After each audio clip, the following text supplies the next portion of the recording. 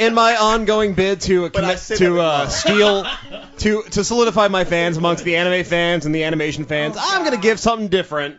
You cannot say anime. That's like I'm fully prepared to choke you into death. And I'm going to say one of the best shows that has not been brought up. Avatar. Yes, exactly. Avatar: The Last Airbender. Right. Excellent answer. Okay. That was on my list. Yeah, man, I love that movie, Avatar. It was awesome. According to Never say the nary a bad word. online Urban Dictionary, apparently the "avatard" phrase came from Avatar: The Last Airbender before it came from the movie. Yes, it did. And I can't believe I actually know this. A lot of that came from all the people who couldn't believe that Katara hooks up with Aang instead of Zuko. Oh, see, I didn't like know you're that. speaking Japanese. Thank you, the spoilers, Robin. See, I was never going to say that. I'm sorry, if you didn't see that little hookup coming from a mile away, you don't deserve to be watching television. Now, to be fair, Harris, it was kind of up in the air where you didn't know which way it was going to go. Yeah, I concur. I've only watched the first season, loved it, but I haven't had time to finish it yet. Didn't know that. Now I'm not going to watch it. I'm going to write a letter now and go, I would have finished it, but hey, man, douchebag Harris. It's fucking excellent even even beside that, without even knowing. I know, I'm totally Yeah, no, it is easily one of the best animated cartoons I have ever seen on television, bar none. And who better to tribute it in a live-action film version than M. Night Shyamalan Ding Dong? I am so mad about that. I could kill someone with a fork. I just love the fact that he took a show where every main him. character is Asian. You know, And they're made either them all, Japanese, like- Korean, or Chinese, or in a couple of cases Siberian, and turned them all into a bunch of white kids from the WB. Anger. That makes no sense. But I thought the And he's trailer Asian. looked really good. I wouldn't be surprised if that wasn't even his I like the decision, teaser. but you notice how they're not even addressing it really? Like someone will say, "Yeah, what the fuck?" and they'll be like, "Yeah, and what? It's a fire over there." Look. No, their way of addressing was hey, look, we've got that one token Indian kid. That must make you all feel better. Yeah, I don't. I think that's one of those, like, our numbers say that unknown Asians don't sell as well. So we're just gonna go with white kids we can cast people will recognize, and we'll got never like a handsome own up brother to that's play one of the why. main characters. Well, I'm sure there was some talk like, well, hey, we got white kids doing the voices on the anime cartoon. What's When somebody went, "Hey, they weren't white in the cartoon; they were cartoon." Yeah, you got a crazy Scientologist bitch doing the voice of Bart Simpson, but that doesn't mean she should play him in Yeah, the movie. tell that Yeah. to Heckle and Jekyll. I mean, to me, I you know what, Harris, I'm right there with Same you. I had it thing. on my list of best of the decade, but probably number 6. And it was one of those cartoons where, like, it wrapped up like a year ago. Yeah. It's way too soon to be doing a live action version of it. Like, when I do these live action versions that are 10 years later, I'm like, all right, I'm kind of like away from it. Sure, present it to me in a new way, but not this. I don't know. I am firmly have all faith in the same studio and the same network. The same people who decided to give us Dragon Ball the movie. Yeah. Oh wait, no, I'm not. It's gonna suck. Shouldn't we just be calling that Dragon Ball the DVD now? We should be calling it let's Dragon get real. Ball the Cinemax Special. Dragon Ball. Okay, then I would watch I thought the it. Cinemax Special was but- the Emmanuel movies. Hey, you know what? Dragon Ball here is terrible, but I gotta say, Street Fighter worth watching for Chris Klein in the most over-the-top, ridiculous performance maybe of all time. Really? William Could it be, I will kill him William from Doom. Shatner saw that and went, "Fuck." Was it more like, fuck? My God, damn it! Yeah, no, it's such a terrible, just probably equally as terrible, but it's so funny watching him overact. Anyway, Jason, What's the topic? whiskey, best whiskey of decade. Macallan, 12-year. You're right, yeah. absolutely. Okay, passing on. Allison, All right, best leave me whiskey of the decade?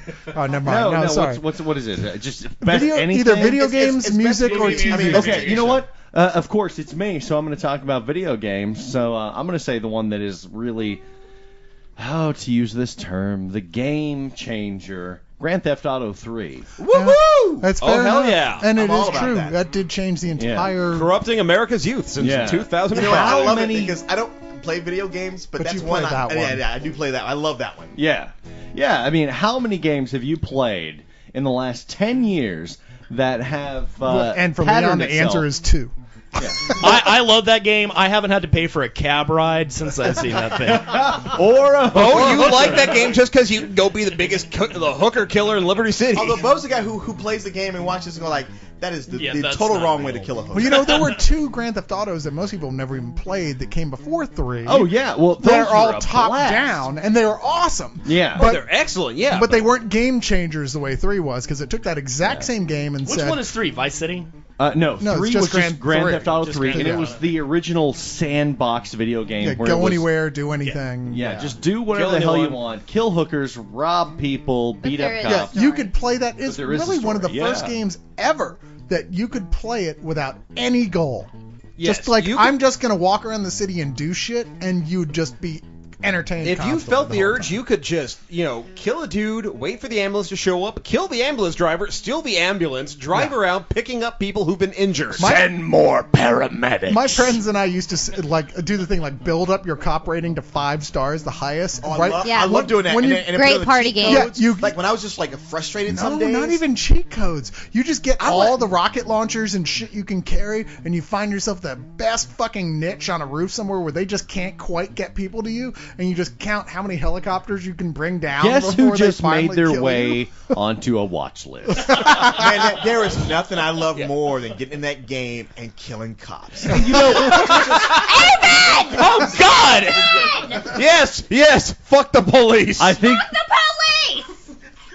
I was gonna I'm say. I sorry think- they stole money from my house. I'm my a God. little angry. They stole my soul. I want them all dead. I'm a tiny, Every time I see a small cop amount who's of got a guy anger. pulled over, I think about swinging my car over and clipping that cop and Yes. keeping going on my way. Well, I'm walking home tonight. Well, I was watching Terminator 3 Salvation in the theater, and the cops were like smashing into Christiana Loken when they're cop cars and everything. I leaned over to my buddy and I said, "Jesus, dude, those are GTA cops." Because they were fucking crazy. Yeah. It was just, yeah. I mean, you want to fight crazy psychomaniac cops? Play GTA. the one thing The you- Miranda Yes, I rights do. do not apply. I do. Oh, but there is nothing more glorious than when you have a tank and they've got Yes. cop cars. Their version of the Miranda rights is they go over to your Aunt Miranda's house and kill her. Exactly. Yeah, when they say games that you do to get rid of your anger from work, like Leon was talking about, that's the best ever. The Grand Theft Auto And great series. party game. Oh, yeah. Oh, yeah. Well, you Oh my God, it's a great Yeah. party game. Kill Who the hooker, can kill the launch- hooker, kill the hooker. Shut Who up, can Bo. launch the ambulance off of the overpass into the river? I can. And each game new game that came out, they gave you a little more you could do. Like I think in the first one you died if you went in the water, just flat out. yeah. No, then not, by San not- Andreas, you can both swim and also fuck people in graphic form. yes. And Same now you time? can. There was in the second, I think in Vice City you could fly, but only sort of. You could like kind of get off the ground on a plane. Shit, now you can fly over the city and dive bomb shit. Yeah. It's just like this is the game for people who just had it and want to go crazy, but they're just happy doing it from their living I room. knew that video games had reached their apex in San Andreas when I was dressed up in a GIMP outfit flying over the city. And I parachuted into And he a was bank. playing the game on the plane. It was awesome. Yeah. And once I did that, I went home and played some Grand Theft Auto. No, I think if you're gonna talk about that, I think my favorite moment and not part of the plot was just running around in San Andreas, beating cops to death with a giant dildo. Yes. Yeah. Oh, you can do that? Yeah. Which is Okay, I what haven't they played it long deserve enough. to be beaten Making Grand with. Theft San Francisco? Really? Fuck you, do fuck that you, in right real up your cop asses. So yeah, I want to go out on the line right now and saying that is the most influential, greatest Yes. game of the decade. Fuck yeah. Yeah, hell yeah. Look, man, I don't want to cut you off, but the cops from The Shield are the worst cops ever. Oh yeah, no, you don't want to cut me off. Wait. That's what I was going to take the contrarian view. Is there a video game where I can be a cop, where I can just kill people? And Yeah, like too that? many. That's what was fun here. Is that you Okay. get to do the Yeah. reverse. I'm That's only saying called because my real father life. was law enforcement. I'm sorry. So. No, well, love you actually, anyway. someone from And my dad's Hyrule. cool, so I'm sorry. Someone from Hyrule has something to say. My father was a federal agent. Hey, so my dad was he an was cool. IRS revenue officer, but that doesn't mean I like the fucking IRS. Someone please take the microphone from Greg for fuck's Hey, my sake. dad was like fucking Shaft with a badge. That's man. great. It was Thank badass. you. Thank you. Play your fucking guitar. I think your dad is cool, Greg. What, Kristen? I was going to shoehorn in my turn only because A, I was really sitting there, and B, I had a segue from video games. Okay. Your turn. My Kristen. turn. I'm well aware that PlayStation 3 offers a beautiful Blu-ray player. I'm well aware that the Xbox 360 has beautiful graphics. But for me, video game of the system was the Wii because I thought that remote control changed the game. She's right. It did. For the first time ever, I get to swing a sword and actually swing a sword. And I think swing a Wiimote. Yeah. Yeah, there's a whole bunch of dudes who get together in Zilker Park on the weekends. I mean, they're dressed a little funny, but you can swing a sword with them. It's all cool. They'd love to have you there. About the SPA. I love Harris, those dudes. that's swing a foam bat, but that's also close. Now, I know what you're saying. There was the ultimate gimmick game. The gimmick game, which had already been big with the PlayStation 2 because of like Guitar Hero and stuff like that was coming out, and with the previous Nintendo, which had the drum set they were doing. Wow, people like these games that are more visceral, that you do something elaborate. Well, and the Wii took that and they made the whole system about it. Yeah, and apart from that, I think the technology can be used for other applications. But, talking about swinging swords, Twilight Princess, The Legend of Zelda, I'm so crazy in love with that game. I think it was just a logical extension of Ocarina of Time, which was an incredibly popular game, but they stayed within the family of Zelda. Like, Link should always have a Master Sword, he should always have a boomerang, he should always have bombs. They took the boomerang and they made it the Gale-Forced Wind Boomerang, and that's so much fun. And I haven't gotten that far. I'm playing it thanks to Allison's game. Really? She loaned me, That's like the first treasure you get. I haven't. I'm not very far at all. Well, and also as far as he just found a Pona. What? We were nerd joking. The horse. They were. Yeah. Yo, you fit right in with the girls, Grant. I know, right? I love horses. Yeah. Let's talk about ponies together. But you made me lose my train of thought. I'm sorry. As far as storyline is concerned, though, it offered the most extensive storyline. On top of that, a character actually develops. Midna, who starts off as being this impish little elf, who you're like, who the fuck is this?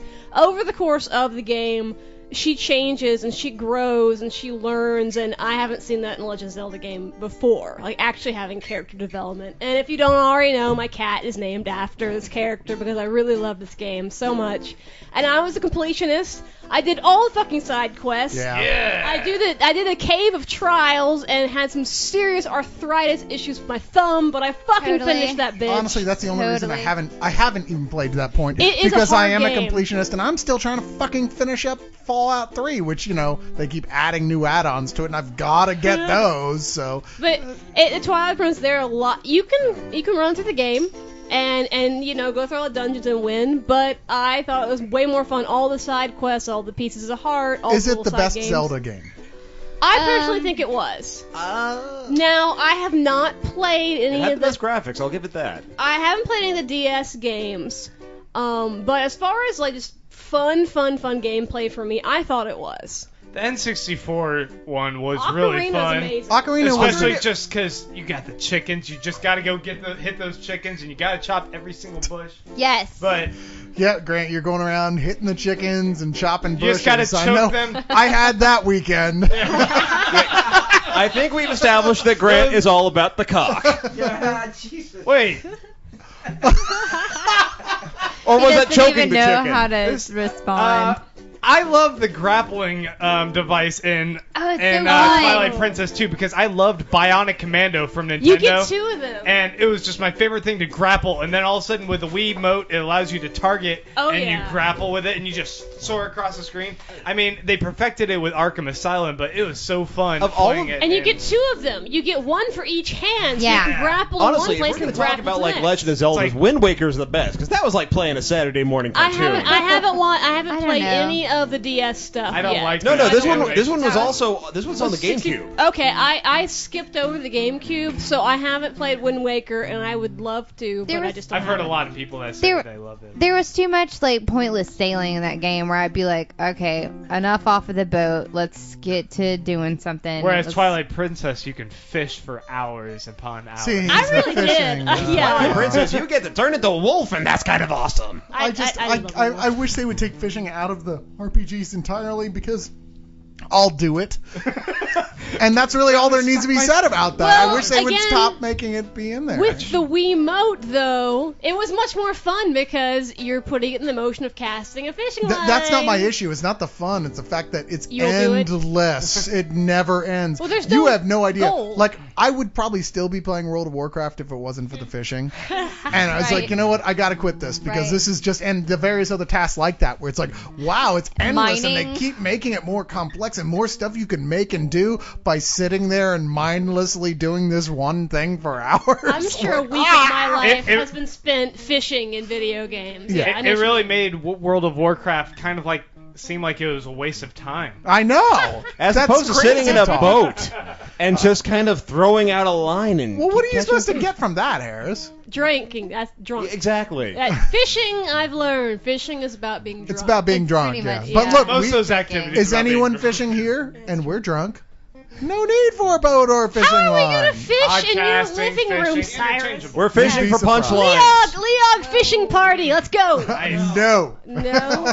So I think Allison has another Allison's We got that book of turn. Oh, yours. okay. She's well, got the big book, Oh Allison. we in front didn't of her. talk about the last go round, so let's talk about it now, Grant. What's that? Let's talk about Pushing Daisies. Oh, yes, Pushing Daisies is a great choice. Wait, we already talked about Pushing Daisies. No, we didn't. No, we It got didn't. passed over. Oh, okay. Go ahead. Yeah. I passed it over because I was going to talk about Flight of the Conchords, but let's now talk about Pushing Pushing Daisies. Which is by one of the great creators of television, Brian Fuller. Brian Fuller. Norman Lear? Brought in to try to Josh. save the heroes, and then basically threw his hands up and said, "Fuck it." Well, because that Yeah. show It was wasn't already Norman dead. Lear? Shush! Play the guitar. But Take that mic away from him. but But seriously, when I first saw that television show, I thought, this is like the most incredible television show I've ever seen. There's no way it's going to make it. Because It was destined for failure. those regular schmoos on their couch in the Midwest are going to go like, I don't get it. there's something I don't- satanic about this. What, This he isn't makes real a pie? People can't come back from the dead. That's against the rules. Not And- unless you're Jesus. Well, yeah, Yeah. The very it's funny because the show itself is so very American. It really Yes. is. And it's so. I mean, honestly, it's kind of pure in a He weird has sort of way. He has a So pie show. innocent. It's very innocent. One of the things- And yet the problem I think a lot of people, you're right, were bugged by was the fact that, okay, it's that whole thing. Is it sweet and innocent or is it dark kind of and dark macabre? and macabre? And it's funny, like if you just read the description, this guy who's able to bring people back to life by touching them, but if he touches them again, they die forever. And if he does let them stay alive for longer than a minute, something else of equal size nearby dies. That sounds really macabre, right? But the whole thing plays out like the most charming, almost like a Oh my God. like a cartoon, really. And it's just so precious and yet beautiful. I mean, it does stuff that I've never seen anyone do before in cinematography, and yet that doesn't even hold a candle to how great the scripting is. of Oh the show. my god! And they effortlessly and seamlessly blend like musical numbers into the show. Yeah. And the costuming. There were so many times when I would sit giddy like an imbecile in front of that television, like, oh my god, I've got to have that shirt and those shoes that those people are wearing. It has the most pleasant to listen to dialogue of any show I've ever seen. It just rolls off their tongues. It bounces around. There's so much alliteration and rhyming. it's like beautiful. Dr. Seuss if he wrote a mystery series. Oh, and it's so like the art direction is so beautiful. One of the things I liked is they really took characters in interesting directions. Like the main characters, they're in love. One of them died. He brought her back to life. They can never touch. Oh my gosh, and Any all other the any other show devices they yeah use. any other show would be mining that for pathos. Yeah. Pushing Daisies, they were like, what kind of creative ways would they come up with to actually like try to have some form of intimacy together? Okay, they got webcams, they've got some full body outfits. It got creative. I really was appreciating that. Yeah. And it was full on. Wait. I was gonna say, wait, Harris, what are you not telling us? Naked Gun 33 and a half.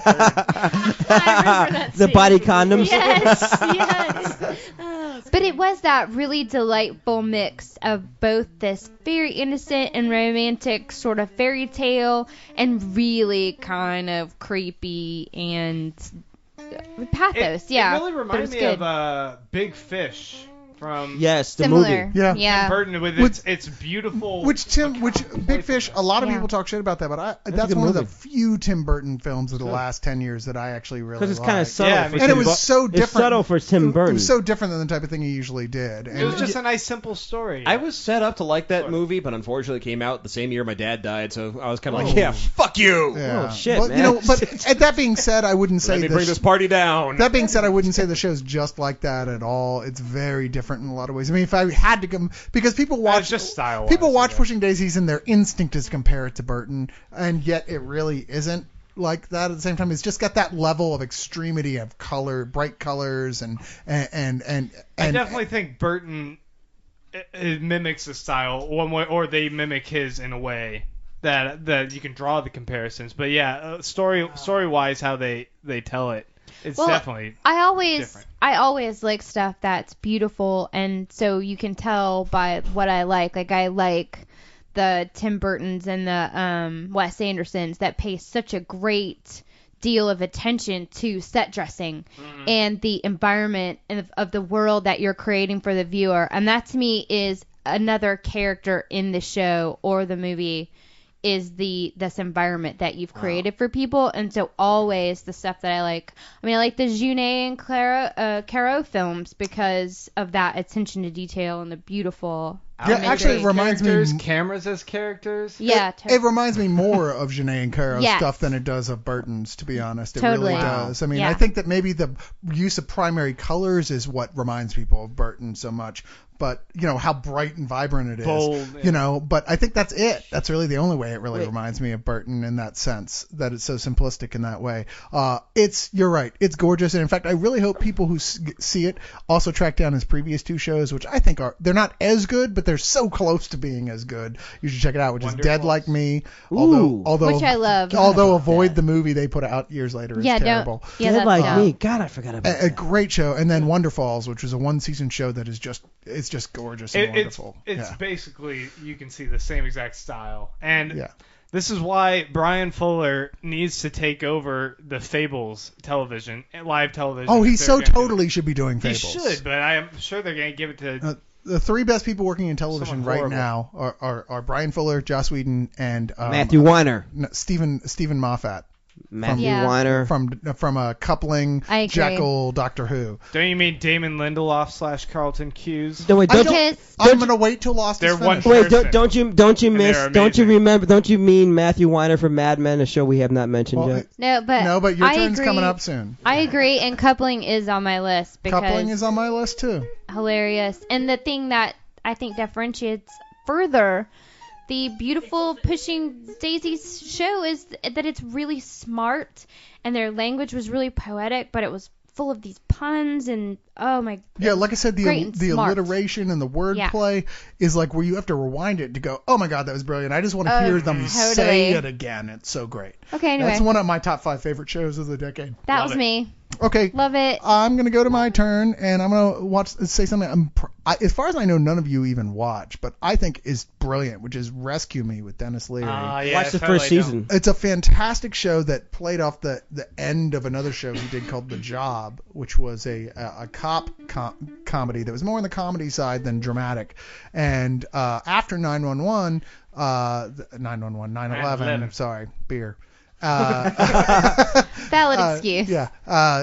They realized that they had to do something different, and this is that with using almost the exact same cast, the exact same team of writers and producers, and they're going on to their 6th season now, and it's just so unrelentingly brilliant and well written and amazingly performed. I mean, sometimes I feel like I'm watching a Broadway play, not a television series. It's amazing. When did that start? Did that start right after 9/11, or was it like a year or two after? It was like about a year after. I Yeah, think. because I remember, because I watched the first season just because of that. Yeah, and it was great. It's really great, and it's just gotten better in a lot of ways. It's steadily built up its storyline, and it is the best show for dudes probably ever made. I mean, it is all about male bonding, that show. Better than Entourage? No, much more, because I'm kidding. Because as much as I enjoyed the first 3 seasons of Entourage, it was really just a cartoon. Totally. In many ways, and this is like, these are real dudes. These are guys you know. This is the way you hang out with guys you know, where you go, sometimes your friend's being a dick and you know it, and you call him on it. You go, dude, you're being a fucking dick, and you fucking wrestle on the floor and fucking like maybe even punch each other a bit, and afterwards you're like, let's go drink some whiskey. Yep. Yeah, that's like, it's that show. It's like this is like hard, tough dudes who Basically are all best friends. The TV show. And it gets into really deep stuff, and the female characters are the most interesting ones on the show, which is what's really funny. Even though it's not really about them, they've got so much depth, and there's so much. They have to deal with the asshole dudes. All the time. And they themselves are just going crazy. You go, man, that chick's a bitch, but you're like, wow, look at what she has to deal with, though. You know, I really just love like this in show. real life. Yeah, but you know, we know who you're dating, so. Ouch! Ouch! Zing! He's Whoosh. a sweetheart. Shut up. Like, Yes, get away he from you, is. Fox. He's a sweetheart. Greg? What? You can't put that on me. Oh shit, man! All of you. All of you. Actually, you probably can. mostly you. Actually, the show I was actually sad because I really liked Jay Leno. No, I'm kidding. Shut up. I'm with Coca. I'm kidding. You're not Team Lemma. I'm No. kidding. Coca. Actually, I don't care for any of the late night people because I just don't watch late night television. Well, it's your turn. Because I'm usually out having sex. We but know no. what you're going to say. Precisely. No, Out actually, having sex? Out? So out having, what is it you- out in out everywhere having sex. No. Whoa. Well, that explains why that chair is sticky. Stop! I'm just playing up a joke. It's all. Actually, there was 2 shows I wanted because Speaking to the mic.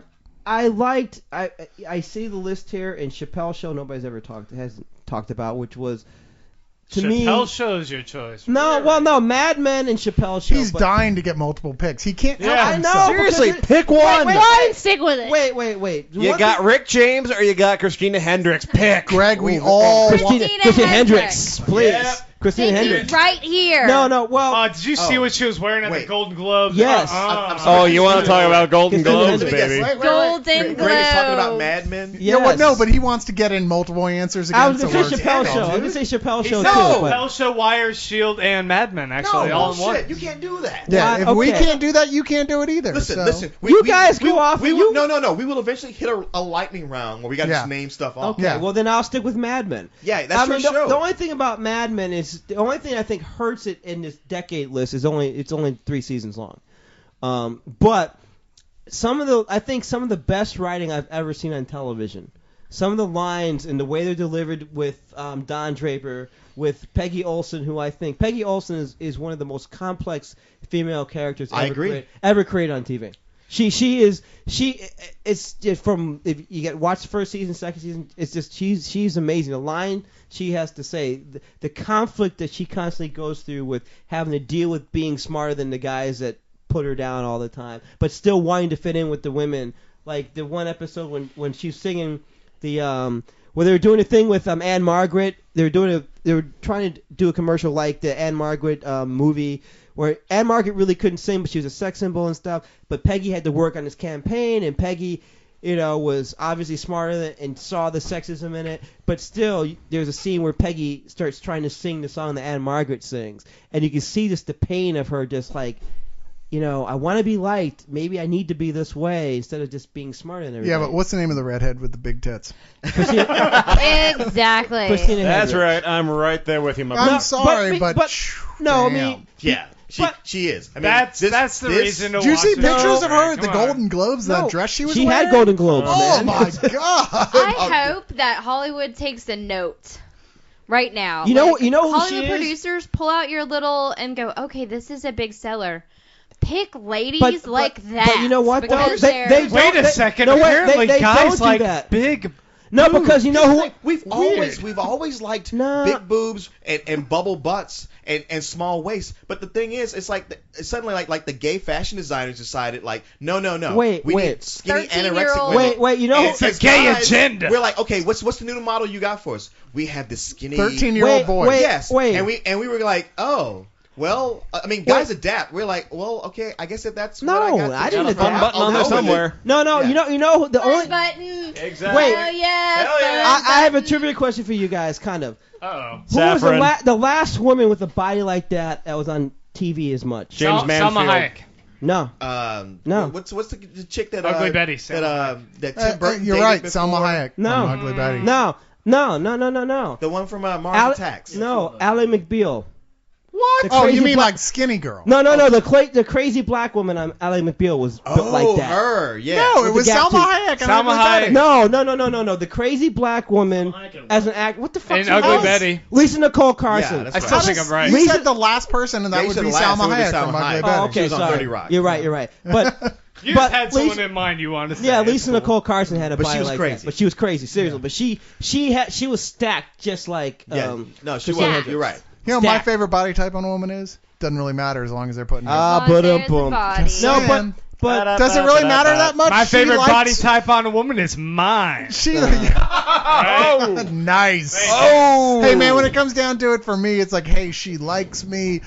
She's willing to put out. I She's like not what gonna call the she's got. cops later. No, but wait, As get guys, it. you know what? We are like those predators on the Serengeti. It's like, which one is the slowest? Yeah, the big girls are the slowest. Is that what you're trying to say? No, but especially at about 1:30 on a Saturday night. That's what it turns into. Slow game. But if you have not seen Mad Men, just that's something you can pile through.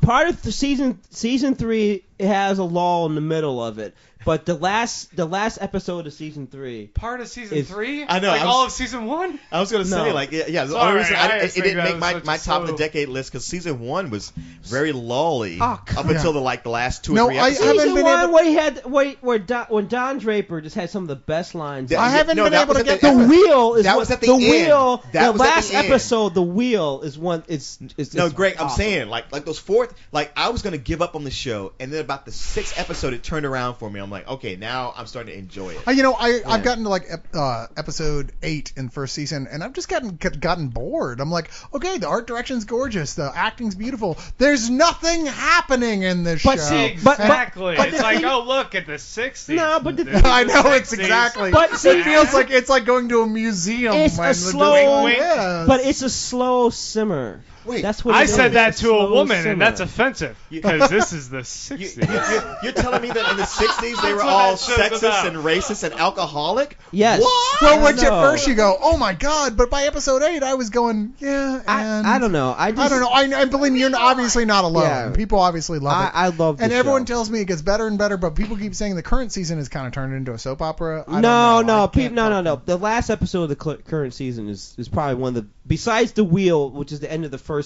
episode. Does the something first happen in it? Yes. Don't Well, spoil that it. puts it one up on all the first season. I can't tell you what happens in it because it's so intertwined. I keep waiting for Larry Tate to show up. Would you stop? All Well, right. Leon, what's your pick? Leon, Stop. yeah, Leon's pick. So I can knock one of these off mine. All right. Well, I guess I should finally mention The Shield. Yes.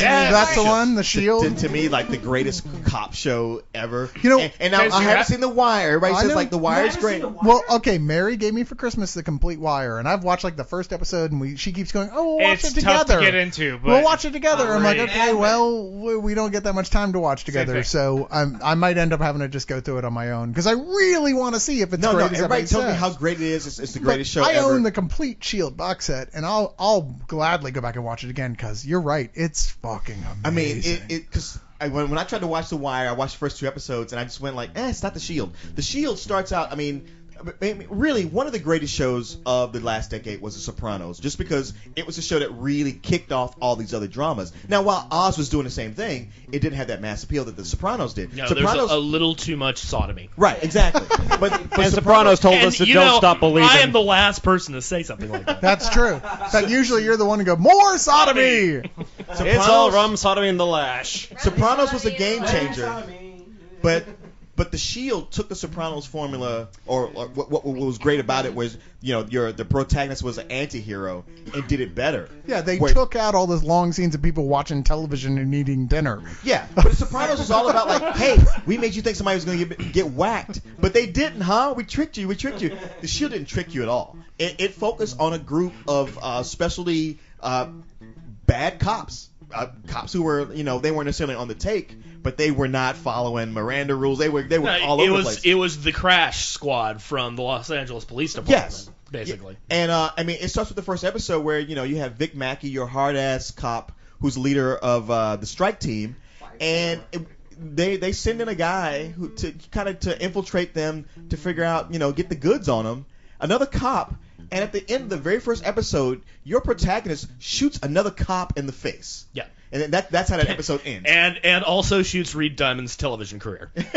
and from that point, I was like, wow, I hate this guy. Yeah. I want to see them bust this guy. And then they do the most amazing thing. They make you root for him. Yes, they do. And the thing is, not only do you root for God damn it. him, but you don't root against the people who are trying to catch him. Yeah. I mean, they fully develop all the characters. So the people who are on his trail who want to catch him, you want them to succeed, but you want him to get out of it. He's such a fascinating character. There's so much depth to him that even as he continues to do dickish, like incredibly dickish things that if any other character you would have gone, no, he's the villain, you still want him to get out of it, and you almost feel guilty watching the show in a weird sort of way. And it's not like The Sopranos where Ben Linus is this every so often he does, guys. they like to go like, hey, we want to show you that these guys are really scumbags that you're rooting for. So nah. It's like, yeah, but you guys made us root for them. So stop it. It's not She was just more honest. it's not just the strength of the writing. It's not just the strength of Michael Chiklis' performance of this character, which Vic who had only Mackey. been the commish before. Yeah. And I tell people, you got to watch the show. You mean the commish? I'm like, okay, you keep thinking the commish and watch the show. It washes that away. Remember the funny fat guy who found his pin in the ham sandwich? No. Yeah. It's not the thing either. No. This is one of the most memorable characters It's a guy in who television beats you up with a history. telephone book so he doesn't leave any marks. And it's not just that either. It's that they have such good casting for guest stars. The villains that come on that show, Anthony Anderson. Oh my God, who knew? Who's likable for so much of that season. Like, I think that's the third season where you're going like, well, this season's kind of weak. The villain's not that strong. And then when he really comes out, it's like, oh my God. Yeah. And Forrest Whitaker going Forrest opposite Whitaker, him, it was brilliant. Glenn Close. I mean, yeah. I mean, when it got to the last two seasons, I almost didn't enjoy the show because the tension was ramped up so much. My stomach would be in such butterflies. Makes you feel ill. Yes, it does. I would come into work. You want to watch a show? It's gonna make you puke. It's like, oh my God, Grant's becoming a posse member as we. I can see the previews on like FX when they rerun it, like little critics running across screen. Grant from League of Extremely Ordinary Gentlemen made me feel sick. Well, it's funny just because Leon recommends these shows. He recommended 6 Feet Under to me, and then after I'd watch it, I'd come into work and just be all depressed forever. And then he recommended I watch The Shield, and then I'd come into work and just be like, oh, dude, I don't feel right. I mean, the show's so awesome, I can't stop watching. So you're the one that made him so twitchy and fucked up. I mean, to me, this is I thought that was the heroine. The most realistic cop drama, because at least these cops are like honest about being corrupt. Yeah, that's true. And as TV shows go, to me, nothing can touch 6 Feet Under, but I felt like this had the best series finale I've ever seen. As a matter of fact, when everybody was talking about the controversy over the Sopranos series finale, which I thought was terrible. That wasn't even a controversy. He was like, wow, that sucked. But there were people who defended it. Yeah. And I was like, watch The Shield, and this is how you end the series. Yes, and boy, was it an ending. Yeah. I mean, it wasn't an ending because oh my God, everything blew up. It was an ending because it took an incredibly complex character and incredibly, mainly because of the way the audience felt about him, and they gave him an ending that made you feel even more unsure how to feel about him. Yes, it did. You walked away from that questioning yourself and going, I don't know how I felt about that, and thinking about the whole show. Totally satisfying because it was the only way it could have ended, and yet you totally won't see it coming. Yes. Yeah, there's no way you could see it coming. Yeah. Bo. I will go ahead and bring up The Wire since nobody else has. Sure. Only en passant. And I think I'm one of the few people in the room other than Greg that's actually sat down and watched the damn thing. I've seen them all. There we go. Does it live up completely to the hype? No. Is it really incredibly intense and this wonderful, like, take on a city? Because it's not just about the cops. It's not just about the drug dealers. Right. I mean, it is about the system. It is about the politics, They analyze it every season from a different angle. Yeah, it's this top down. I mean, the first is. And I think it does live up to the hype, man. It's really incredible. It's really incredible. I've only heard great things about it. Yeah, I mean, that's the thing. It's just like I've seen some people get a little out of hand about it in their appreciation of it, but. Yeah, man, it's like, and it is one of those things that you watch and you're just like, you're disturbed and you're like, holy crap, this is so depressing. I mean, how do we fix this shit? It will, really make you sad about the way things are. And see, that's the thing that's a little bit different than The Shield, is that it looks at it from all these different angles where The Shield will show you that it will intimate that the system's fucked up. The Wire shows you from the different angles how fucked up the system really is. It shows you how hopeless people can be. The fucked upness of one thing contributes to the fucked upness of every other thing, and it's just like. The fuck upness of things. The Wire is very systematic. It's a top-down look at a city, Baltimore, that is the corruption that's within every. The corruption in government, the fact that the schools aren't doing much other than babysitting the children, with the press everything. The fourth or the last season is an incredible indictment of everything that's wrong in modern journalism, and it's awesome. And it's also got Clark Howard, who's one of my favorite actors, and unfortunately he's kind of gone behind the camera for the most part. But he's the guy who played Meldrick in Homicide, which is another one of my favorite shows. And a lot of the people on Homicide are the people behind Barry the Levinson. Wire. Yeah, Barry Levinson, who was a Baltimore native, and it's just One of the most incredible things about that show is the fact that it actually enacted change in the Baltimore system, because people saw.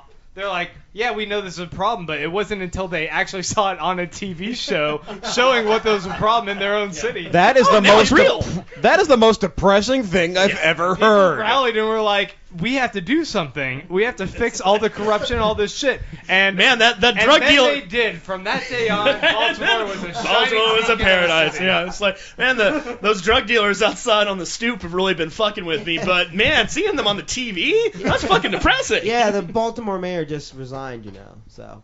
She got convicted, I think, of one count of corruption and resigned. Yeah. Only one? Yeah. See, well, that's what we call an underachiever. Yeah, I mean, it's just. How'd she even get elected if she? I'd really like them to do the same thing about New Orleans, but it would take probably 16 seasons. Aren't they doing it though with the show? There's a reason why there's not many things filmed in Louisiana, because we can't even crack the surface of that corruption ball. They're doing a show. Is it David Simon? Is that the correct? Yeah, they're doing. His show is called Treem, and it's taking place in New Orleans after Katrina, and it's got two of the people from that, as well as as Steven Zahn. As a corruption awesome. As a corruption connoisseur, I'm looking forward to this. All right, now you know what, Bo, I want to ask you, because you're the only person I think here who's watched both The Shield all the way through and The Wire all the way through. So, for people who've seen one or the other, like, what's the bonus of one? What's the bonus of the other? The Shield's far more visceral. The Shield's just like a visceral is the word I would use. Yeah, the Shield's like a fist to your face. I mean, it really is. Like,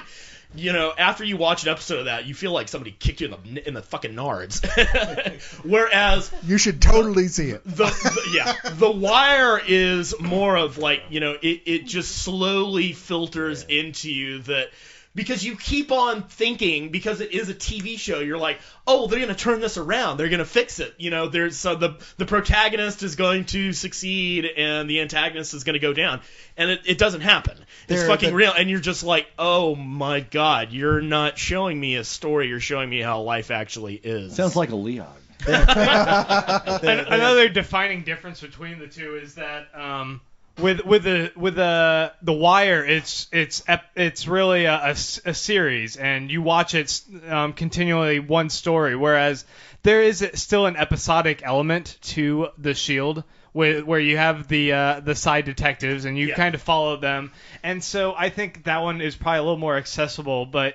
Both of them you want to start from the very beginning and plow through. Yes. But the Shield still always offered that other element where you could jump in wherever and still watch an episode. I don't think that's true. See, well, I mean I think you could kind of follow. I don't think a case. I don't think it's outrageously true, but as far as The Wire being one of the it's not episodic at all. It's one long story. I think the term you're looking for is "shut the fuck up, Grant." Harris, you guys want to sound like it's the Dark Knight and the Watchmen. Yeah, I think. Well, the Shield, except the Shield doesn't suck, unlike the Watchmen. The Shield you can kind of start. No, I meant the graphic novels. Oh, okay, like those are always considered like the two greatest graphic novels of all time, and one is more visceral and one is more cerebral. The Shield you can kind of start at the beginning of a season in the middle of it. But no, you definitely should start at the beginning. I agree. I'm just saying so what's it your has pick, a different format. What's your pick, Grant? My pick will be Breaking Bad then. All right, because Leon didn't bring it up. Well, oh my God, Jason just saluted something you said. I don't believe it. I don't think as much as he can right now. I'm hiding behind Harris, so he probably. If there's any successor to the Shield, I would say it was Breaking Bad. That has that same kind of sensibility. Breaking Bad follows Bryan Cranston, who was the father from Malcolm in the Middle, and he is a chemistry teacher in high school who realizes he has level 5. He's diagnosed with cancer. Yeah, he's diagnosed with cancer. He doesn't realize lung cancer, and so he decides, in order to make money for his wife and son and baby on the way, he will hook up with a former student of his and start cooking meth. Just like real people do. Yeah, and. It's everything that could go wrong does go wrong. It's fucked up and it's amazing. The performances, the writing, everything about it. You'll just be hooked from the first episode. It's funny, tragic, and on the edge of your seat. Thrilling at the same time. You'll never look at a bathtub full of acid the same way again. Yeah. Guys, if you go into the League Lounge in the movie or the TV review site, Leon wrote a great review for the first season, and the reason I bring that up is because I've been told the second season is on the way. Oh, and you're going to get that for review as well. Sweet. So keep your eyes open for that. Yeah, you guys should definitely check it out. The only thing I didn't like was the finale of the second season, but we've already kind of discussed and debated that. I think once season 3 comes in, it's gained enough steam that I hope it'll have a much bigger audience now. It is kind of funny though, because it was one of those shows like, hey, here's the premise: dude's almost dead from cancer. This shouldn't go on long. Season 3 starting soon. You're not gonna milk the 7th season out of this. Well, there does seem to be a thing with Bryan Cranston, who was the dad on Malcolm in the Middle. Like whatever show he's on, there has to be some scene where he's only in his tighty whitey underwears. Yes. But yeah, that guy looks good in some tighty whities. I remember I was turned to AMC, which used to be like American movie classics. Now they got TV dramas. Now the classics is in quotes. It's a loose term. It's a loose term. Classic. It depends on how you define classics. To me, Big Trouble in Little China is a classic. Fuck yeah, it is. Which they will show. Daylight was on last night. Is that a classic? But I turned over to there looking for Mad Men. I was like, what's this Mad Men show I keep hearing about? And I see this trailer for something with Bryan Cranston in his underwear driving an RV as usual through the New Mexico desert being chased by drug dealers. And I'm thinking it's a movie. I'm like, shit, I never heard of this. I got to see this movie. What is it? And it says Breaking Bad coming on Sundays at 9 o'clock. I'm like, wait, it's a TV series? And checked it out. And I was like, this may be the greatest show I've ever seen. And it has not disappointed me yet. Yeah, I've watched the first season. I thought it was you were talking about The Shield earlier, like it's so hard to watch. I didn't have that problem. I mean, like I enjoyed it, and not to the point where it was making me feel like I don't know if I want to watch the next one or not. Breaking Bad gives me that. I'm watching it, I'm going, this is brilliant, and I don't know if I can keep watching it. Yeah. I'm like halfway through the second season, and I'm just like, I don't know if I can watch any more of this. It's just making me really upset watching it because it's so good, and yet not in the sort of I'm so happy I just sat through that whole episode. Yes, sort of and if anyone out there in TV land is listening, we're happy that you're making all these really fucking incredible projects, but why not do something happy for a while, okay? Just a little happy. You know what? Let AMC do The Walking Dead, and then we'll ask them to do happy stuff. Yeah, but by then I'll be dead. Yeah, let AMC do The Walking Dead so that every other show on television looks like sunshine and fucking puppy. Yeah, I'll go back and watch Breaking Bad again if that wants The Walking Dead. We'll go back and watch Breaking Bad for the laughs. The Walking Dead will be the only TV show where the ratings keep going down, not because they're losing to other shows, but because their viewing audience keeps killing themselves. Yeah, you're gonna watch the TV series The Walking Dead, and then you're gonna turn around and watch Requiem for a Dream, the sitcom. Don't do it. And then you're just gonna open a vein and realize that life is dark and empty, and we all die alone. Okay. Oh my God, Platoon is such an uplifting film. Speaking of opening a vein, it's Harris's turn. Oh God, this is death. And in that vein, I make a funny. I'm gonna bring it to video games. Fuck up, Harris. Because the one video game that I've played, the first video game that ever really made me care for a character that didn't actually exist, is Ico. That game has got. Ico, IA? Shut the fuck up, Lunging for the mic. That was the only comment I could make on what he said. That game is just a masterpiece of character development and storytelling through a nonverbal character. I mean, you're playing a guy who's being sacrificed because his village his village looks at him like a freak. He's got a major deformation. He's got horns. So he's being sacrificed to this crazy island. I know how that goes. You find a strange girl who doesn't speak a lick of the same language you do, but you're trying to get out of this place, and over the course of this game, you start to have, and I mean by you, the player, have this affection for her that really goes beyond any sense of reasonability. So that there are times, and when I would be playing this game, and friends of mine, grown men who don't play video games, who've never played this game before, will scream in horror when you're making a leap, and Yorda, the companion you have, barely makes it. And that is the time you're like, no, wait, catch her! And it just keeps going like that. It's all the little emotional moments just lead up to this amazing climax. Now, I really hate to say this, but you agree with him? Harris is absolutely right. I know, I was about to say that. I was like, this is one of those rare moments in life when Jason and Harris are completely on the same page. This is one of the few games. You mean other than when they're drinking? Guess who's gonna get punched in the nuts till they pass out? Oh, it's Greg. What game is this again? I missed the title. Ico. Okay, thank you. Yeah, Ico, the predecessor to Shadow of the Colossus. And Shadow of the Colossus, also an amazing game, but it's a game where you go around basically killing giant Jim Henson Muppets and really feeling bad about it. I personally like Shadow of the Colossus a little bit more. I thought that the art design in that was, if I was to pick one of those two games of the best of the decade, I would pick Shadow of the Colossus. But Ico was the one that set that, started them on that road. That's for sure. What about you, Jason? What do you think about that? Ico is on my list, as is Shadow of the Colossus, as some of the best games of the decade. They're really emotionally involving because they're so minimalist. They're just very, very bare bones as far as dialogue and story and so forth. But so atmospheric. Yeah, very much so. All the little emotional character moments that you have. Yeah, absolutely. But what I was going to say is best of the decade was actually Portal. Okay, is this your turn? God damn you! Is Portal a TV show? The cake is a lie. No, I've been it's a video working on game. that for like This was a 20 triumph. minutes now. I got your ass! Note here. The cake is a lie. So Portal was like the thing that got added on to the release of Orange the Box. Orange Box, which was the Half-Life 2, and then Half-Life 2 sort of, what is it, Counter-Strike? Was that part of that?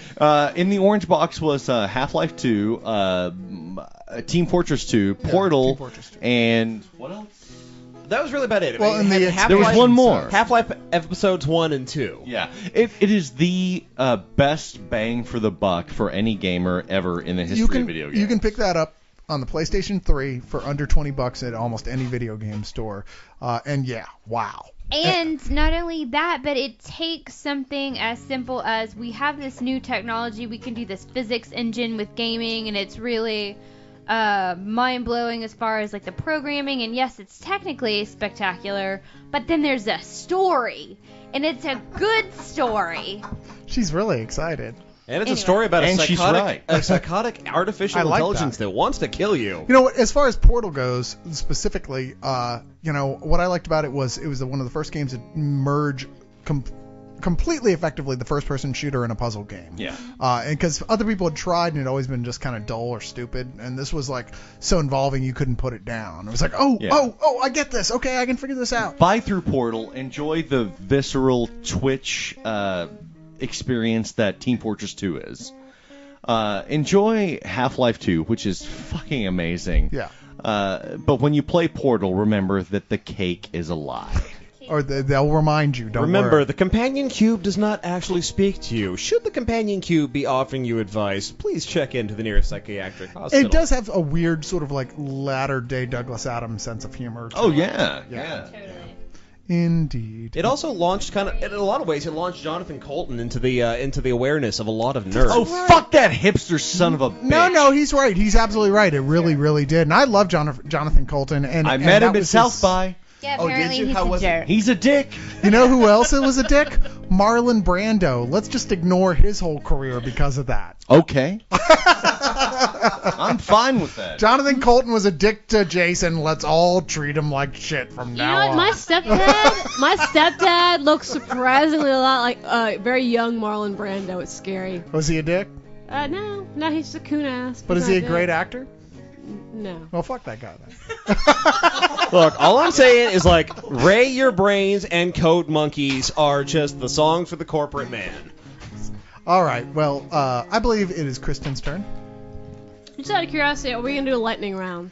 Yes, as soon as it comes back to me, I'm starting the lightning round, and then everyone gets a chance to just quickly name off all the stuff that they thought we left off. Okay. Yeah. All right. So knowing that I can just name some other stuff off. Okay, so I'm gonna preamble a bit, but love it or hate it, whether you like the show or not, whether you're into it, you dropped it, whatever, the reason why Dollhouse is so important is the only reason it got signed on for season 2 is the Fox executives did not want to deal with the same backlash they got from Firefly. And I think that speaks to how important a fan base is for a show. That's true. Because Firefly and Joss Whedon fans are so vocal, and I think the Dollhouse's second season, it kind of speaks to the triumph of how great a show Firefly was. So whether you love the show or not, I am sick and fucking tired of network TV. I'm sick and fucking tired of the Nielsen ratings. That's why I love web series. Whoa, Jason's butt is causing problems. That's why I love web series. That's why I love independent.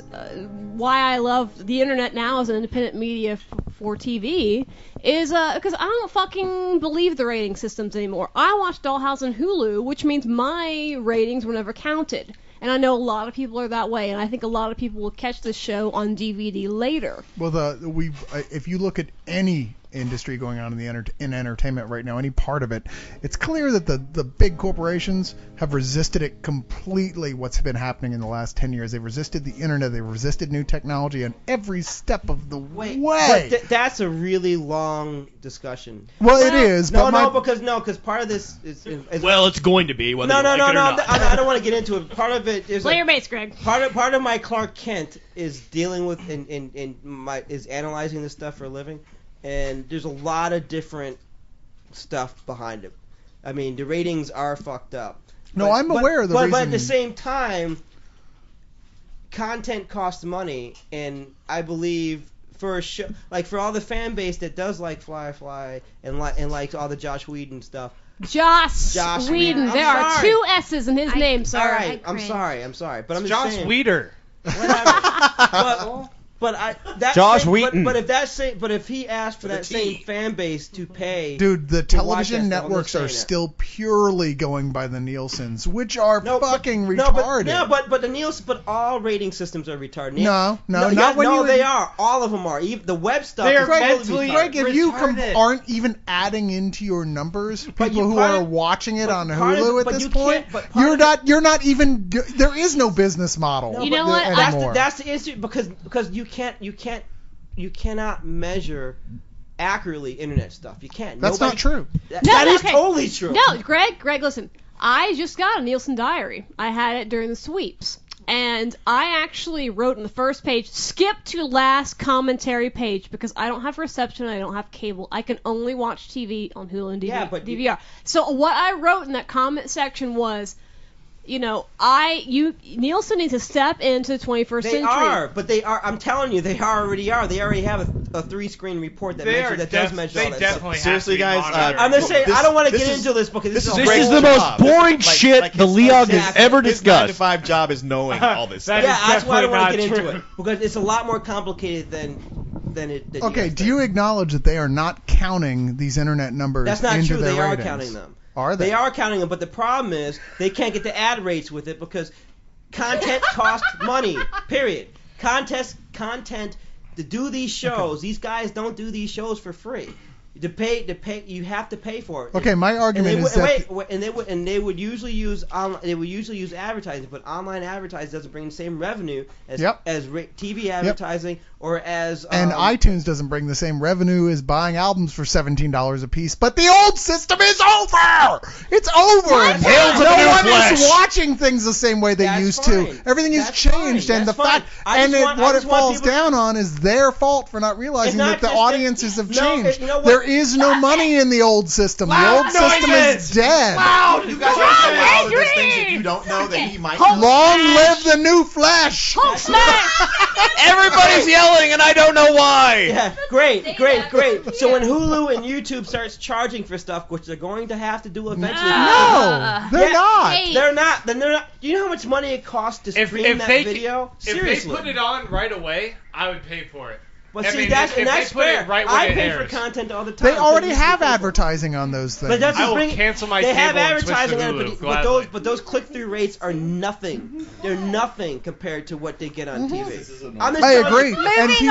And people aren't watching the stuff that are the way they used to. The free media. Dude, you can keep saying until the end of the world, we really prefer it if you watch it this other way. But if people have access to this other way where they don't have to watch things that way, they can watch on demand. Why are they going to go back and watch things the way that the network wants them to? Because it's not going to be free.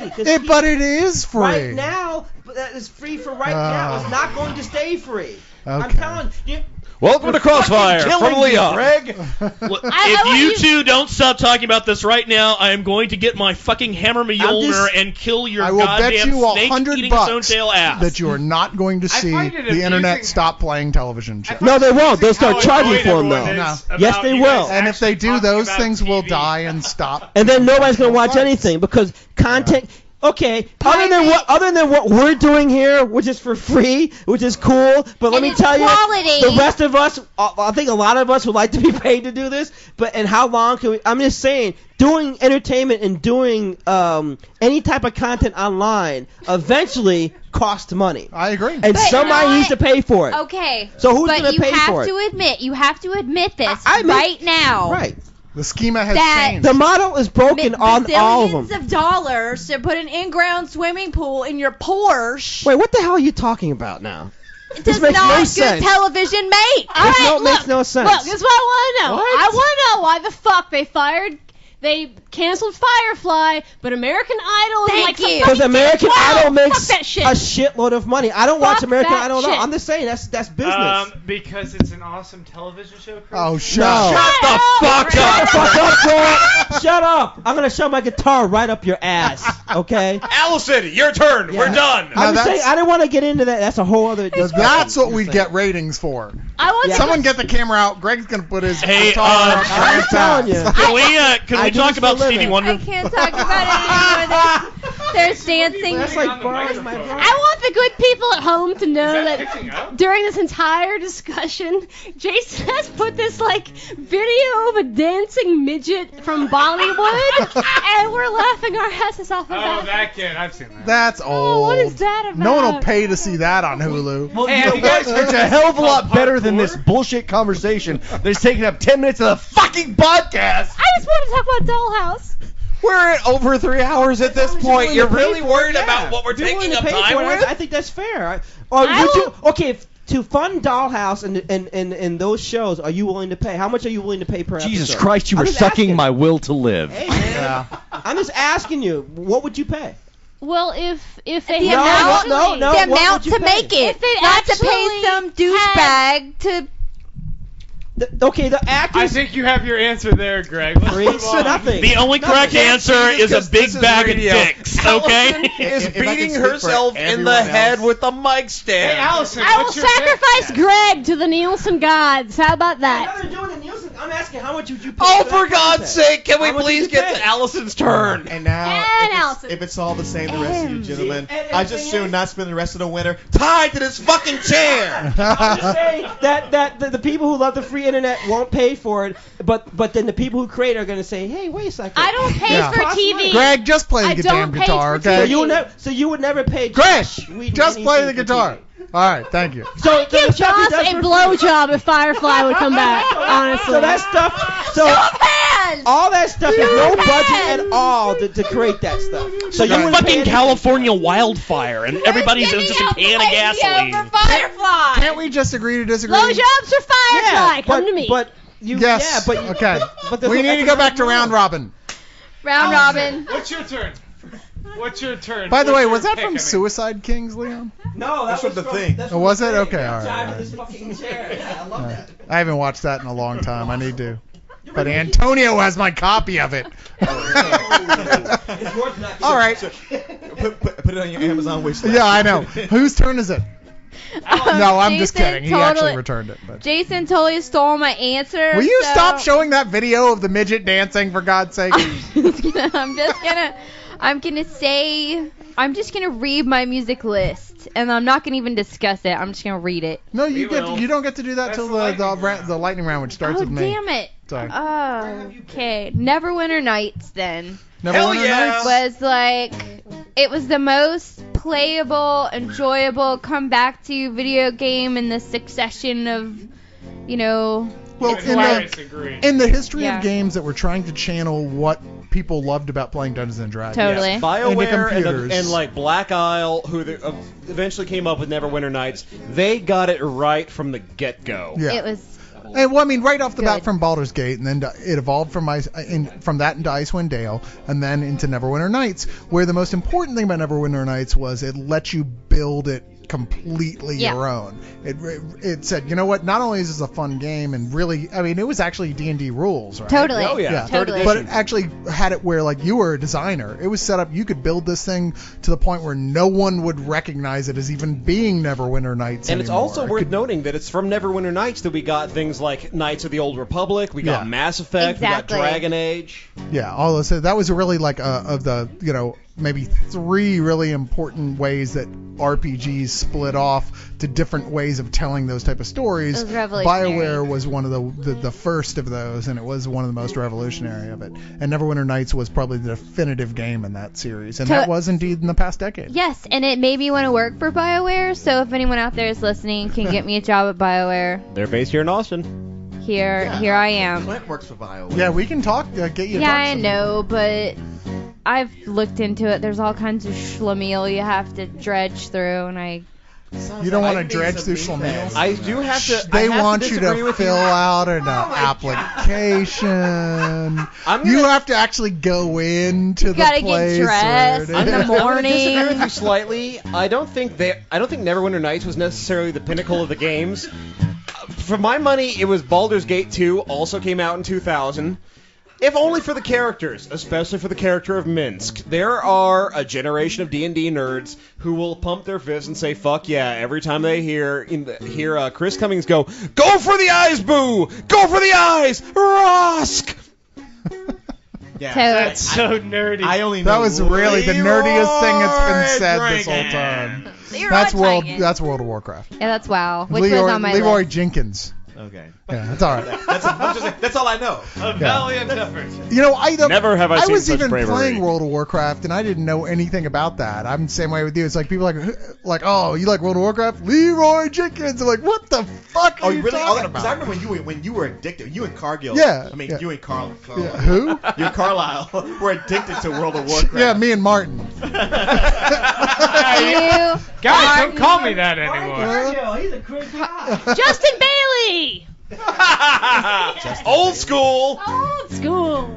Yeah, but no, honestly, it was one of those things like, okay, that's a big fucking world. There was some one little thing that happened in this corner of the universe, and everyone's like, oh, you must know about that. You play World of Warcraft. It's like, we don't have meetings.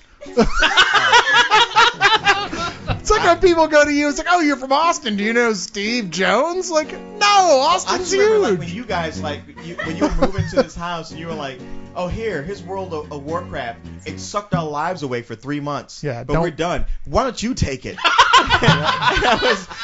And I like took it with a pair of tweezers and set it on my shelf and never opened it. Yeah, you went to that game is Mordor. like the puzzle box from Hellraiser. You went to Mordor and dropped it into the lava pit. It's like the puzzle box. You open that thing, all of a sudden Pinhead's sitting there. I have such wisdom to show you.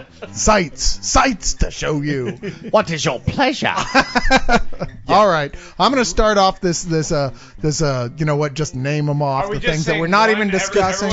No. We're just gonna throw whatever's is left on your list. You're just gonna name it, and we're gonna move on. And to I'm the just next gonna guy. throw like things out real quick, and then just gonna move on to the next person. I'm gonna say we haven't talked about Dexter. We haven't talked about Spectacular Spider-Man.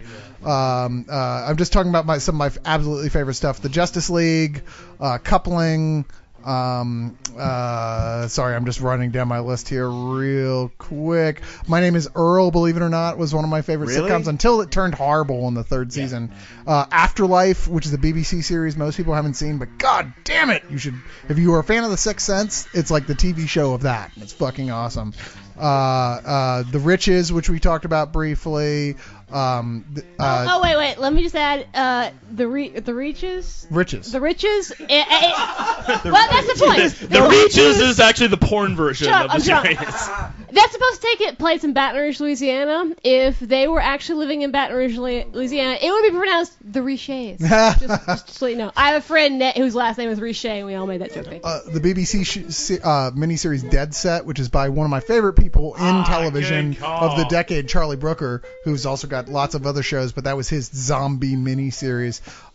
Video games, like really my favorite game of the entire fucking thing was of the decade has to be just in one fell swoop, the Elder Scrolls series / Fallout. I mean, to me, what you guys were all talked about RPGs as much as you loved, that was the definitive turn for video games for me, was what those guys did.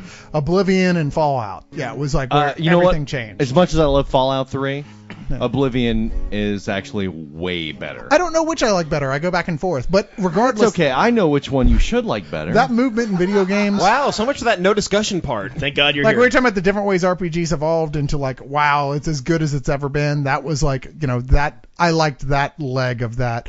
And I could go on and on about music, but I will just say I'll name two. The Postal Service, who I think were fucking phenomenal, and the Black Keys. You're a son of a bitch. Black Keys! Who are fucking amazing. Y'all should check out both those guys. They're really great. No, that was Ronnie James Dio. I'm going to pass it on to Greg. All right.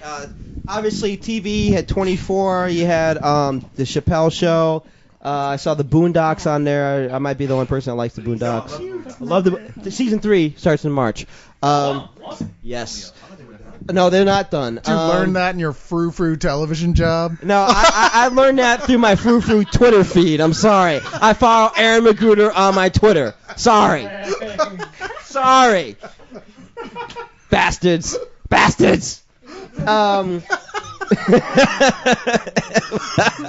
All right, what else? As far as music too, on the list here that you have, Danger Mouse, the Grey album, probably one of the ultimate mashup albums ever. In fact, when it came out, it was the definitive. The definitive mashup album. I actually have another one that should be on mashup albums are aberrations in the eyes of God. You say that, but almost every critic last year put Girl Talk's album. What was the name of that one album on their best of the year top 5? I personally you know what? Okay, anybody can fucking make a Girl Talk album. Stop. I actually think Why don't you do it then? I actually think Girl Talk goes too far. Because I don't think there's any creativity there. I don't agree. Crazy. Yeah. Why don't you do it then, Cyrus? Lightning round. Cyrus. Stop Cyrusing me. Crazy talk about. There's another album called Bed-Stuy with Blue Eyes, which is a mashup between Biggie Smalls and Frank Sinatra, which is awesome. Wow, I like that. I got it. You want to listen? I want to hear that. I'll tape it. It's fucking badass. I'm gonna cut a bitch. I swear to badass. God. No, you're not gonna cut a bitch. It's not. It's not badass. All right. Come on. I'm gonna go out. Let's go. I would put MIA. I'd put MIA on there. I was late to her last album, Kula, which I really dug. And the Blackjacks. Sorry. After Robots. Cool. And it moves to Leon. And it moves to me where everybody's named almost everything on my list of TV shows. Okay. I think the yeah, only I thing, know. I'd gotten there too. Like, shit. I don't know. I think the only thing that's left that didn't get mentioned was Curb Your Enthusiasm. Yeah. Oh my God. Yeah, I skipped past it because I had a feeling you wanted to name that. So Yeah, and now can't really go all through it just because yeah I gotta say like Curb like once they brought in the Katrina family with Leon show really hilarious. took off. Like it was almost dead the season before that.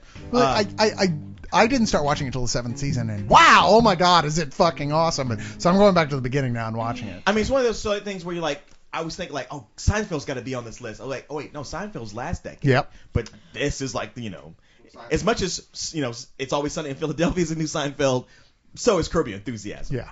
So It's just as fucked up almost. yeah, it's just in its own way. So yeah, there's that. I will once again bring up Christian Slater, my own worst enemy, because I fucking love that show. What was that Tay Diggs one you loved? Which is ironic because he's becoming your worst enemy. Oh, you're the guy. Daybreak. Yeah, you love Daybreak too. Yeah, Daybreak is okay. You know what? Really, that's it. I mean, honestly, everything else on my list got named. Even you just now in your lightning round picked up like my also ran. Spectacular Spider-Man. Yeah, Spectacular Spider-Man, Dexter. I mean, like Dexter's. You know what? There's a lot of new shows like Modern Family and Community, which I'm like, you know what? If these shows are on long, I mean, they haven't even reached a full season yet, so I'm not going to call them best of the decade, but they certainly have tons of potential. Sure. So, Bo? Yeah, I'm pretty much getting into the same boat with you guys as far as most of the stuff that I wanted to mention has been mentioned. A couple of things I'll bring up, just a little dark horse. Rome, especially the first two seasons were just incredible. And I love classical history. So I was kind of surprised that got canceled because everyone I knew was talking about it. The reason that it got canceled was very much the same reason that Deadwood got canceled, because you can't do any product placement in it whatsoever, because not a lot of Coca-Cola being drunk in the it was also insanely expensive. Yeah, and it was the production values were absolutely incredible. So you can't like remake Rome. And in a day. In a day. Yo, come on, you got to give him that. That was pretty good. You're a funny guy. Thank you, Patton Oswalt. I will mention my little pony. Yes, my little pony. My Little Pony. That was a great show. I will mention my little troika of traditional sitcoms that I think are still really working. How I Met Your Mother. Rock on. God damn it! Big Bang Theory. Big Bang Theory and Better Off Ted, which I consistently all three of those they just had me cracking up. So. As far as music, I think the thing that I'd really like to mention is the big game changer of the decade for me was Arcade Fire. Yeah. I mean, they changed the way that it's like you can't throw a rock now and not hit a musician because there's 10 members in every fucking band now, and that's pretty much because of the Arcade Fire, but they did it first and they did it best. Well, everybody said, you know what? Let's bring orchestral stuff into it. Let's bring European and Indian and all these other world influences into it, and mix that with indie rock from Gabriel. the 90s. Yeah, they're very. Well, Peter Gabriel was doing it with ambient. Yeah, these guys were mixing it Peter with. Gabriel was doing it with real African musicians back. No, you're not hearing me. He was mixing their style of music with ambient music and with, in some extents, classic rock and roll. I think we could probably stay here all night. The Passion soundtrack. Anyway, go ahead. The Arcade Fire was mixing it with indie rock, which was the difference. Yeah, well, I mean, I think their influences are myriad, but I think they've had just as much influence. Not Kula Shaker? So much for the lightning round theory. Okay, great. I'm sorry, Bo. Were you? Yeah, I got a few. Just firing out there. The Decemberists. Really listening to a lot of What's that one them. big album from them? I always forget the name of it. The Crane Wife is probably the biggest one. That's a great but record. all of their stuff. I mean, Picaresque is a great album. You really can't go wrong picking up anything by them. God, the names escaping me, so I just can't think of it. So okay, you can throw it out. If I come up with it later, but obviously no video games, so off to you, Grant. Yeah. All right, I'm gonna decimate the list here because let's start off with TV. You're gonna kill every 10th member of the list. I am. Thank you, Dr. Nitpick. Freaks and Geeks. I want to say as well as Undeclared. And Both then, great choices. Huh? Both great choices. 2000. Okay. Then I want to say Sons of Anarchy, Community. Ooh, really? Eastbound and Down, Daily Show. Oh yeah, Eastbound and Down. Parks and Rec. I'd like to go with the Bravos of Project Runway, Top Chef, and Top Design because no one else is going to say Fail. it. As well as say I loved Kid Nation, although I'm really embarrassed that I loved it. Double fail. I loved Extras, Andy Richter Controls the Universe, and Lucky Louie. I loved the episode Company Man from Heroes, but otherwise that show can go fuck itself. And I thought South Park still had some great episodes this year. How the fuck can you write that on that tiny ass little piece of paper? I got a lot of stuff he has on here, man. he has tiny little hands. And then that should cover it for TV. Video games, I'd like to mention God of War, World of Goo, Mario Galaxy, and of course Arkham Asylum. And then in music, I would like to say that I loved Yacht Rock, which was more... Really, Yacht Rock? I loved the Channel 101 Yacht Rock, and it really got me into 70s music. Long ago. And I'm sorry I ever said you can't do karaoke. Because that was awesome. I enjoyed the band Under the Influence of Giants, Bon Iver, and although the guy is such a big douchebag, Kanye West's College Dropout I thought was still such a great album. Yeah, at the time. But his douchebaggness I think has gone over in his retrospect, artistic there's Do a lot not of defend that douchebag son of a bitch. No, I said his douchebagness has gone over his artistic value. That is a good album. The word is douchebaggery. Douchebaggery, thank you. Douchebaggery. Indeed. Cyrus took my phone. That's it. I I'm done. did. No more phone for you. Thank you. Harris, I'm sorry if I took too many there. No, that's okay, because you left me three that no one else has gotten to yet.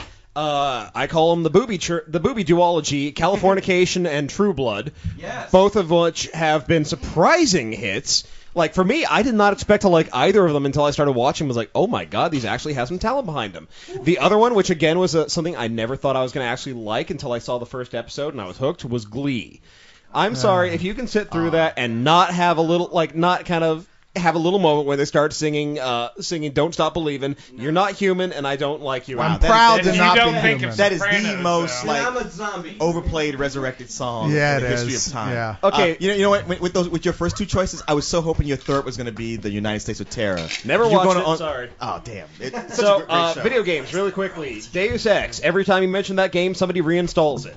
Baldur's Gate 2, already mentioned that. Psychonauts, you all missed a classic. Beyond Great Good and game. Evil, same thing. Great game. And in terms of music, the amount of music that I've bought that I would be willing to admit to is fucking minimal.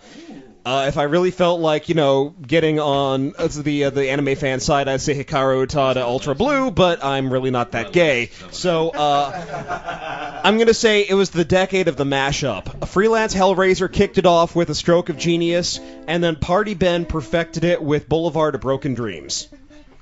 Boulevard of Broken Dreams was best been performed Thank by you. Esquivel. Thank you very much. Yes. Cyrus, please hand me my fucking phone back. Cannot have your phone back. It's got my list on it. All right, but don't play the video with the dancing midget to Allison anymore. Or at least not while we're recording the show. Allison was asking. However, I you did may get a real midget and required to dance. Yes, Allison that was would be all right. asking I for the didn't. dancing midget. I did not. She did. Okay, you know By what? asking, she means telling you to shut the fuck up, Jason. Telepathically, mean. secretly, Tomato, without tomato. even looking All at right, you. and in the pork pie hat. What, Yes. what do you got there? That's actually not a pork pie. One of What the is it? greatest things the last decade? It's a driver's cap. Aqua Teen Hunger Force. Oh, nice. Gonna agree My with that. name is Shake Sula, the Mike Rula, Rula, the old schooler. You want a trip? I'll take it to you. We're gonna get y'all gonna get a lot of fan support over that one. Yeah, okay, you know Sorry. what? No. Seriously. Aqua Teen Hunger Force and them being the flagship Yes. of Adult Swim. Agreed. back in the day. For years. Make the homie say ho and the girlies want to scream. Damn straight. They deserve a medal just for bringing Schooly D back for the theme song. Yeah. Yes, and no, Aqua Teen Hunger Force is one of my favorite cartoons of all time. The movie was hilarious. I didn't even see the movie because I heard it was horrible, but that's I liked okay. it. Yeah, well, I liked it. yeah, well, you would. Okay, anyway. No, Broncos too, right? today we're only dismissing Greg's opinion. Oh, I'm sorry. Okay, No, you're that's it. absolutely right. It's his week. It's his Yeah. turn. Go on. So no, I'm so grateful. and really that kind of segues into everything that was glorious about Adult Swim in their early days: Cowboy Bebop, home movies, Home movies. Mission Hill, Captain Linger. Surely you're going to C-Lab mention 2021. C-Lab 2021. C-Lab 2021. Birdman. Now, didn't the Rack creator show. of C-Lab die? Is that what happened? No. No, Captain the Murphy. guy who Captain Murphy died. Captain Murphy died. Oh. It broke my heart. Hey, man, it really was sad because he was the best character. I know. No, just seriously, as after Jason, Captain Murphy died, the show went completely Poop. downhill. Poo-poo. Yeah, I totally. mean, they put up a valiant effort, but it just wasn't the same. Okay. Until we find the thief, I am declaring Martian law. Yeah. So what else And- you got? That's just TV shows. Did you want to mention video games or Well, music? yeah. All right, we'll do it. All Do right. it. Sure, Cyrus. Let's go till 6 a.m. Well, that's, I got to get paid.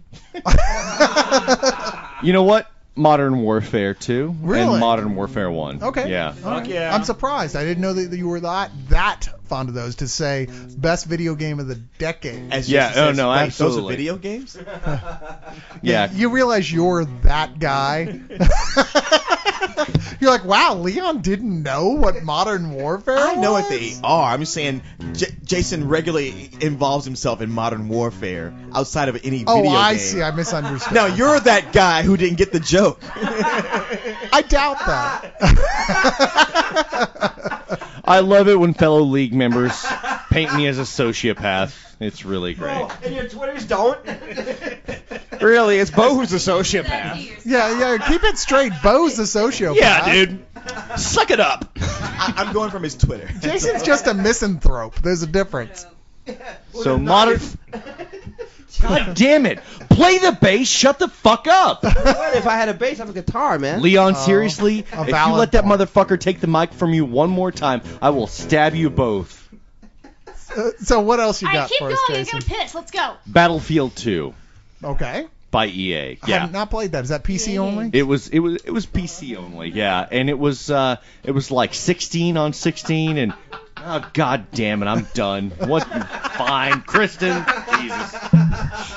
I'll right. kill you all. I'm totally going to back Jason up with the Adult Swim. Aqua Teen, C-Lab, and Brack Show. Just absolutely loved them.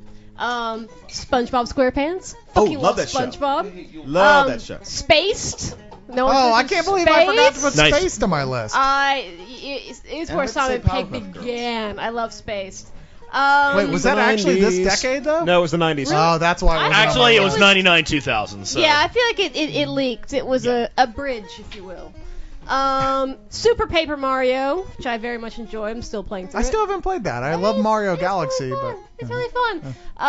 And Mario Galaxy I loved. As far as music, there weren't a lot. I thought Beck's Sea Change, really, the writing on it was so different than anything he'd ever done. I'm so That is a beautiful expression of Scientology. I'm sad to learn of that. But moving on. I'm really surprised people like. It seems like Jason across for the the win. Holy shit. It seems like Yeah, that's across true. the board people picked that over Guero and the Information. Two albums I preferred to see change. Guero is awesome. I love Guero. Which one It's did a great Xenu record. Midnight Vultures is still my favorite of his albums, but I felt Sea Change really was kind of different. The Iron and Wine Calexico album, In the Rains, lived in my CD player for a year. And It's of a course, fantastic record. and of course, Britney Spears Circus, because it was totally her comeback album. Wow, you made my picks look normal. Circus. Guess who's about All to get eyes choked to on me in death? the center of the ring, just like a circus. When I crack that whip, everybody gonna trip just like a circus. The only lyrics you know, Karaoke Leon, Gold! is circus. When you hear it, it's just like monotone. It's like I kid. circus. I kid, but that the- I was hoping to get a laugh. Is out that of the you one folks. where she was on stage looking like she wasn't even fully conscious? And She was actually holding a bag of Funyuns. It was sad.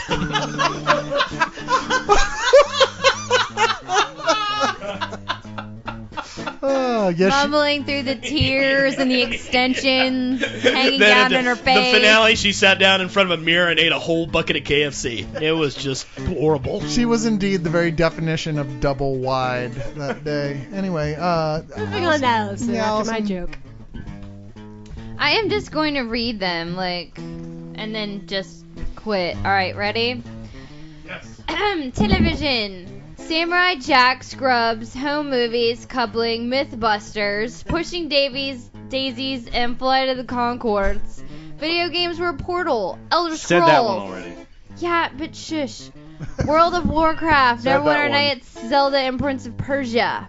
Music was Animal Collective, MIA, Radiohead, Elliott Smith, Interpol, Queens of the Stone Age, and their subsequent incarnations, Midlake, the Eels, and the Raconteur. Thank you. I forgot to say that. all good choices. And the Black Keys Raconteurs are often also overlooked rock. because the White Stripes are great, but the Raconteurs was like, usually when a great music like Jack Black Yeah. has a band that big, mean Jack White or when, Jack Jack White, I'm sorry, goes Jack on to Black's do band another was that big, project, too. you're like, You're like, well, whatever. but the Raconteurs is arguably even better than the The White Stripes. Raconteurs. It's arguably better. It is better than White The Stripes. Raconteurs is Any like the band Whi- without a fucking bass. I'm God sorry. damn it! Shut up. The Raconteurs is like the White Stripes, only with a good drummer. And a Yeah. bass player. And a damn bass it. player. I actually really like they're comparable, but I'm gonna just I guess we're finally to the end after 6 hours of Leah games. We're finally Never complain about the length of a podcast again. I think we'll all discover once we look at these on Spill is that they'll be divided up to 2. Is what I'm thinking. Yeah. So One that sucks and one that doesn't. there are just 2 I forgot along the way that were really important to me. Was Franz Ferdinand's first album. Franz Ferdinand was Yeah, fucking absolutely. amazing, just as important as Arcade Fire's first album, Funeral, as far as changing the entire field for rock and roll. They have one of the and coolest an music album that didn't do that, but fucking should have. And as far as I'm concerned, the best rock and roll album of the decade was Guided by Voices, Isolation Drills. Nice. If you haven't listened to that goddamn record, holy shit, that's rock and roll, like Rolling Stones type rock and roll. right. But anyway, Wait. I'm sorry. I forgot to mention you 24. forgot something too. 24. Okay. Yeah. There you go. Adult Swim, Stroker and Hoop, and Metalocalypse. Okay. Anybody else have anything else they want to throw out real quick? Oh yeah. Oh, that one. Oh, that's right. Best podcast. I of would the say decade. that's the best media of the decade was the Long Live the League. Oh, can I say best of the decade podcast was totally League of Extremely Ordinary Gentlemen. You know what? You I can think I would say concur that. with that. I will not argue with you. And I think the new decade might hold, in fact, this year alone might hold some interesting surprises from the league. So keep your ears, what's the word? Open? Pimped? I don't know. Reaching for the sky. I don't know Hey, what it pimp is. those ears, everyone. And everyone, remember? Actually, pricked is the word you're looking Pricked. Thank you. Okay. Keep your I feet knew- on the ground and keep your eyes out for whores. I knew it Keep was a reaching for the sex whiskey. thing. Yeah. Keep on believing. Carpe per Don't diem. stop believing. Can we just do it? Long live the league!